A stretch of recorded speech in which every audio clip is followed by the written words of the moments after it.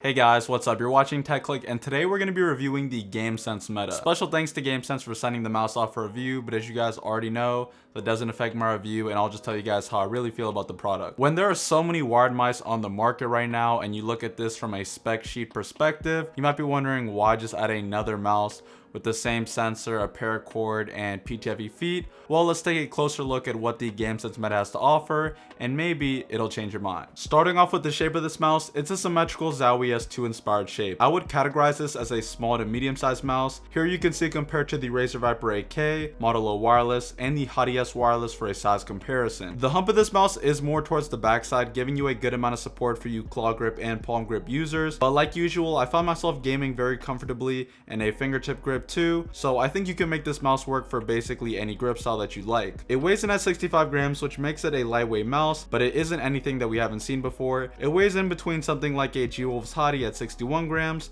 and something like the Model O wired at 67 grams. The mouse 1 and 2 buttons are using KLGM 4.0 switches that are lighter bind to make clicking feel, well, lighter. One thing I'm going to keep coming back to in this review about the meta, and I can tell you from using this mouse for over 80 hours during the past few weeks, this thing has some crispy clicks and feels amazing to play with. All the buttons on this mouse are rated for 60 million clicks, and Gamesense claims that the meta should last you for a few years of gaming, and considering the longevity rating of their switches, I think it definitely will. Clicks for both mouse 1 and 2 are basically no pre-travel, but a good amount of post-travel when you're clicking heads. Like I said, these feel really nice, and from someone who's used Omrons, KLGM 4.0s, 8.0s, and TTC Golden micro switches, I would say that the lighter bind 4.0 switches used on the meta are my current favorite switches, and then I would have to go with the 8.0s, then the TTC Golden micro switches, followed by the regular 4.0s, and then Omrons in last place. Here's a quick sound test of the button so you can hear for yourself.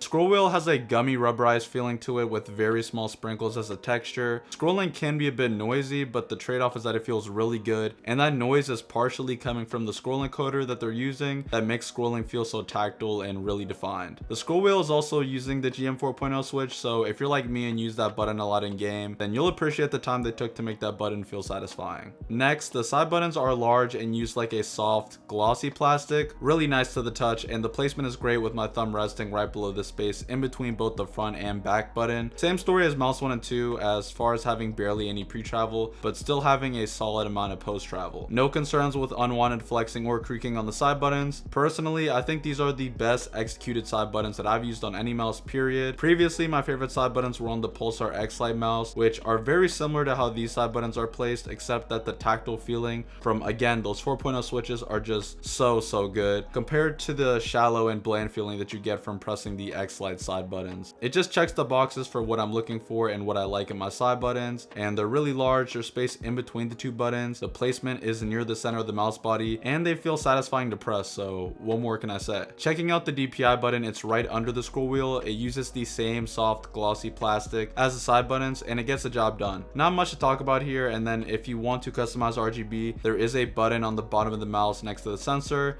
that lets you do that. There isn't any software yet, but I think Gamesense does plan on making software in the future, so hopefully by the time they release their next mouse, we'll have something usable for adjusting the lighting and RGB settings. Speaking of the sensor, it's the Pixar 3360 sensor, basically a flawless sensor. That's an industry standard for being accurate and reliable. You gotta love it. Moving on to the cable, it's really flexible and light. To be fair, occasionally it does get stuck under my mouse when I use it at times, but this can easily be fixed with the mouse bungee. It's still usable without the bungee, but just know that every once in a while the cable might get caught under the mouse. Shifting over to the skates, they're made from 100% pure PTFE material, and they have the 0.8 millimeter rounded edges. Like I said, I can't really say if these are any better than any of the other top of the line stock mouse skates, not aftermarket skates, don't get that confused.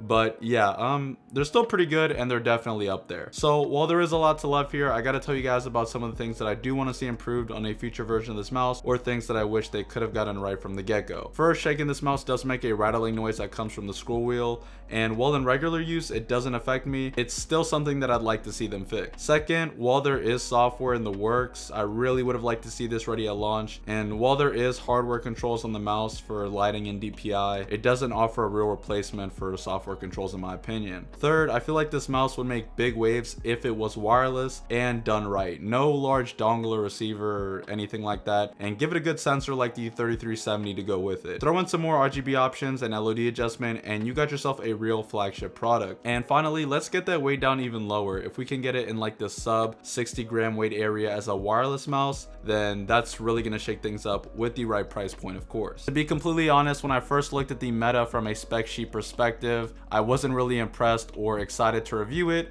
because it's all things that we've seen before. But the level of quality that Gamesense crafted in this mouse is something that you can't necessarily see on a spec sheet, and it's just something that you have to use for yourself and experience to really appreciate how well of a job they did on this mouse. From the lighter bind GM 4.0 switches to the paracord that they used to even those 0.8mm rounded feet, yeah, they did a really good job in the overall quality of this mouse, and if they can fix those couple of small issues, then I think this could be a really great mouse, but they need to make it wireless. I think Gamesense for a first mouse did definitely kill this. And yeah, if you are looking to pick up a wired gaming mouse in 2021 and you do have small to medium sized hands, then I do think that the Meta would be a good pickup. Like always, link to purchase this mouse is going to be down below in the description. If you enjoyed the video, make sure you guys give it a like. If you didn't like it, give it a dislike, comment, let me know what you thought about the video. And if you're new here, I make all types of content on gaming tech and more recently custom keyboards. So if you're interested in this type of content, consider checking out the channel and subscribing. And like always, you guys are awesome. Thanks for watching, and I'll see you guys in the next one.